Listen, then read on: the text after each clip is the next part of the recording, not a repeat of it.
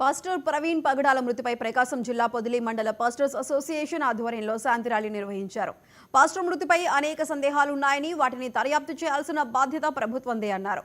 ప్రవీణ్ మృతికి కారణమైన వారిని కఠినంగా శిక్షించాలని డిమాండ్ చేశారు. పాస్టర్ ప్రవీణ్ ఆత్మ శాంతించాలని మోకాళ్లపై నిలబడి ప్రార్థించారు.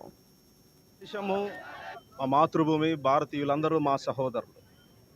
ఈ నినాదంతో క్రైస్తవులము, భారతీయులముగా ఈ లోకములో ధైర్యముగా కొనసాగుతూ ఉన్నాం. కానీ ప్రస్తుత కాలంలో క్రైస్తవ సమాజము నిర్లక్ష్యానికి లేక దుర్మార్గానికి, మరణానికి అప్పగించబడుతూ ఉన్నది. మరి అదే రీతిగా ప్రియులు, దైవజనులు ప్రవీణ్ పగడాల గారి మరణము క్రైస్తవ యావత్ లోకాన్ని ఎంతో దుఃఖములోనికి నెట్టివేసి ఉన్నది.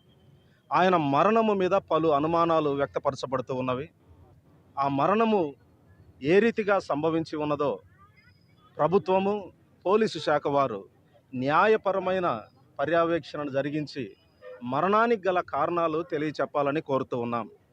క్రైస్తవులముగా ఈ సమాజంలో బ్రతుకుతూ ఉన్నాం. మేము కూడా భారతీయులమే, అందరము సహోదరులమే. కానీ పాస్టర్ మృతి పట్ల బాపట్ల జిల్లా పరిషత్